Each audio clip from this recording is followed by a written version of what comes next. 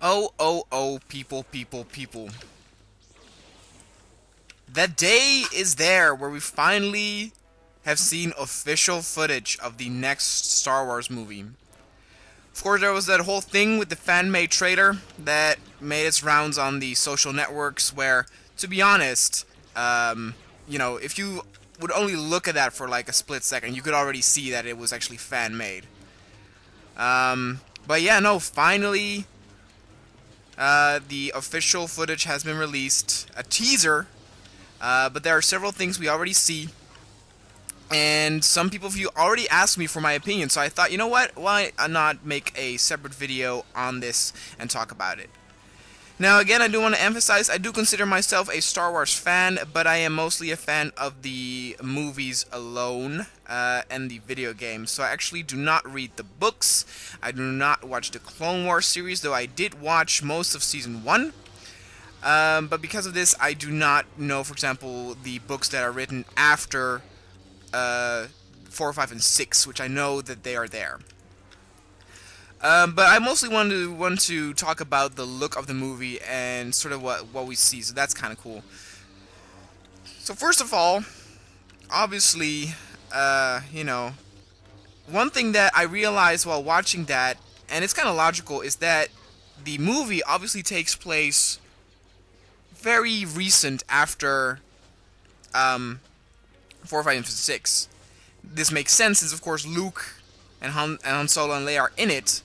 But for some reason, because of what they did with 1, 2, and 3, and 4, 5, 6, I expected the jump to be bigger and that things like the ships and stuff would have changed more. But there was a good amount of familiar things like the X-Wings that we saw. Now, of course, we saw the desert and a cool voice saying, like, can you feel something has awakened? Then we see the black guy, who's a stormtrooper, I assume.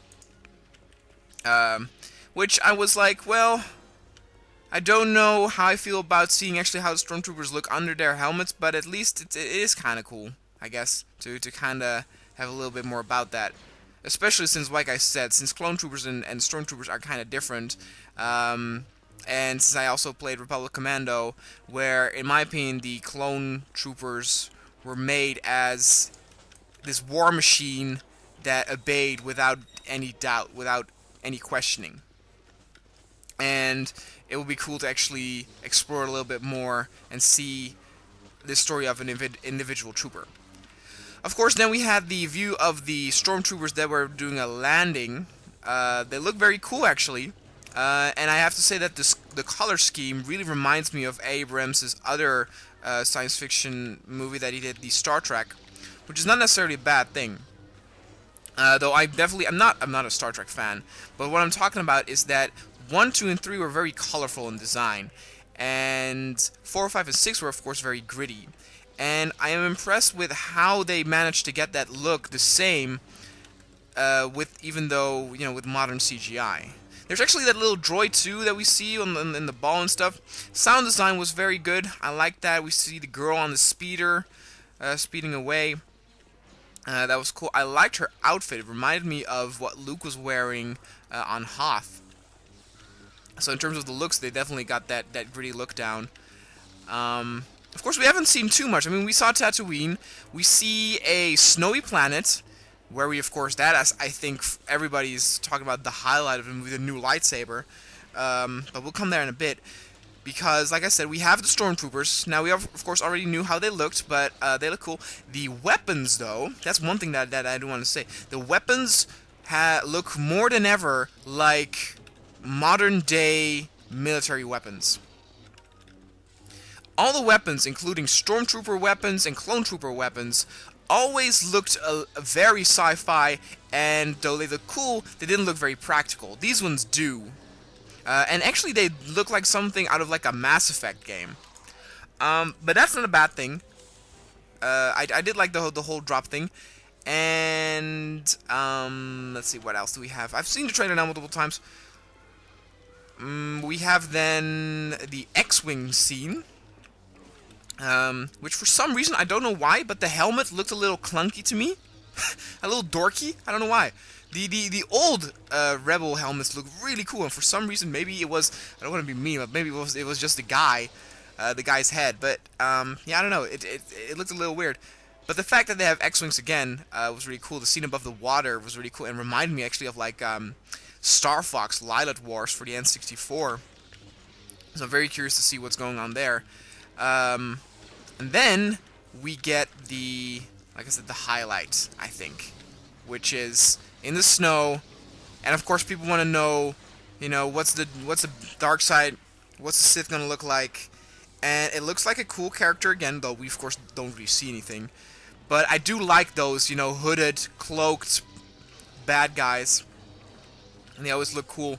And the big thing, of course, was the lightsaber, right? So, not only, there are two things that are quite different from it. Of course, the thing that they surprised you with, and you can see that at the timing, is he pulls his lightsaber, you know, it shoots out, and then two side things, as if it's a Western sword, come out of both sides. And it is cool looking. I like the look of it. But what I'm talking about, what is else different, is that the whole texture, if that makes any sense, as far as fucking lightsaber texture, looks very different. It looks like it's on fire. Where a lightsaber here, you can actually see it in the game that I'm playing, you know, it's basically white with a blue, red, green, or whatever color glow around it, and it's steady.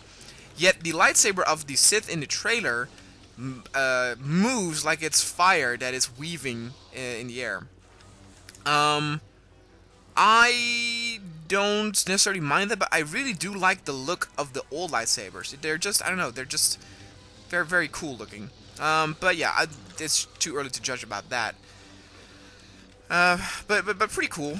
And then of course the Millennium Falcon and some TIE fighters coming by. The sound of the TIE fighters zooming by was just so nostalgic, and I was very happy to hear that.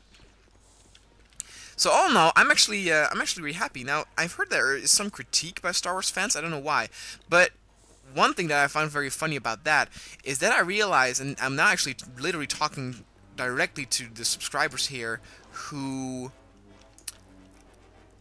love Star Wars, and I know a lot of you, my subscribers, do love Star Wars, but who were already born when 1, 2, and 3 were here, or at least when like 1 or 2 were here. See, you guys didn't actually experience the return of Star Wars after a long while. And now you will. And I wonder if the same thing will happen that happened with 1, 2, and 3, where a lot of people that like the old movies kind of had critique. And I wonder if those people that, you know, since they were already born when 1, 2, and 3 were out, that they loved it so much because that was all that they knew, if they now go, oh my god, they're changing the franchise and it's not the same anymore, I wonder if that will happen, if history will repeat itself. That is something to look forward to. Like I said, the color scheme is, I think, very important, since, of course, 1, 2, and 3 are very colorful. A lot of different planets that it plays on. The Boo is, of course, very colorful, very, very crisp, and this is just gritty. And I think Abrams did a very good job of getting that, because Star Wars used to be just gritty, you know? You know, scoundrels and scum, villainy. That's what Star Wars was. And I think they can get that back. It's of course also good that even though they use CG, that it's all very, very believable and not over the top. See, I don't want to dwindle too far from Star Wars, but another trailer that was recently released was of course Jurassic World. And while I was watching that, and apart from like the whole thing of like a hybrid and raptors with motorbikes and shit, one thing that I noticed while watching that is that one thing that I liked so much about the old Jurassic Park is that, or what was so impressive, is that you know, there were CG dinosaurs, but the environments were still all real. Yet nowadays, not only in Jurassic World but in other movies, but it definitely struck me when I was watching that trailer for Jurassic World, is a lot of the environments there are CG as well. There's that scene where they are at that water show and this train comes zooming by, and it looks really fake. And I was afraid that they would do that too, maybe with Star Wars. There's like a lot of light bloom, a lot of blur, and it just looks fake and too clean. Yet they didn't. You know, obviously things where, you know, the girls on the speeder rides away. There are things in the background that are CG, but there are so much in the background that it looks realistic. And I really love the look that they give. They don't go over the top with the CG, and that's I think what's great.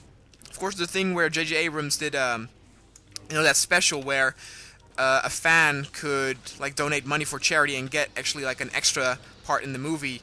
We could already see that they would go for a lot of like animatronics again, and I think that is a very wise decision. So I think with that, I pretty much have talked about everything that I wanted for this trailer. I am actually very excited. I'm probably going to watch that trailer a few times again. I don't know if I'm going to watch the Rebels series actually.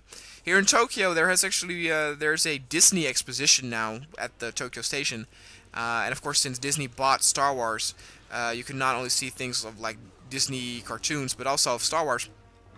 And they had some stuff of Star Wars Rebels going on, and I was like, well, I don't know. It looks like fucking...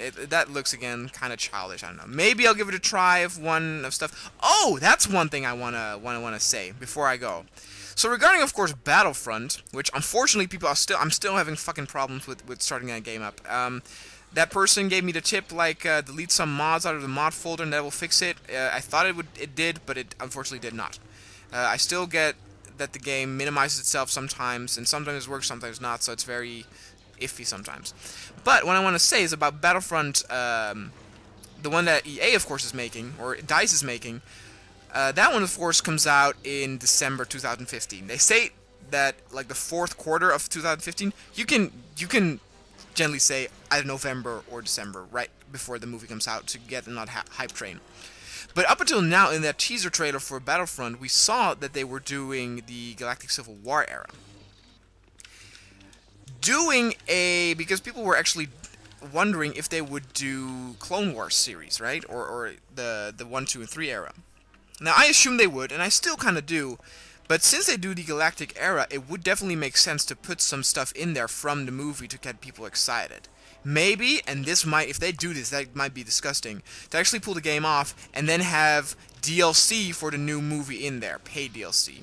You never know. It's EA, alright? EA, a few years ago, made the statement that literally every game that they're going to release will have transactions in some sort of way. So you can bet your ass that there will be paid DLC for Battlefront.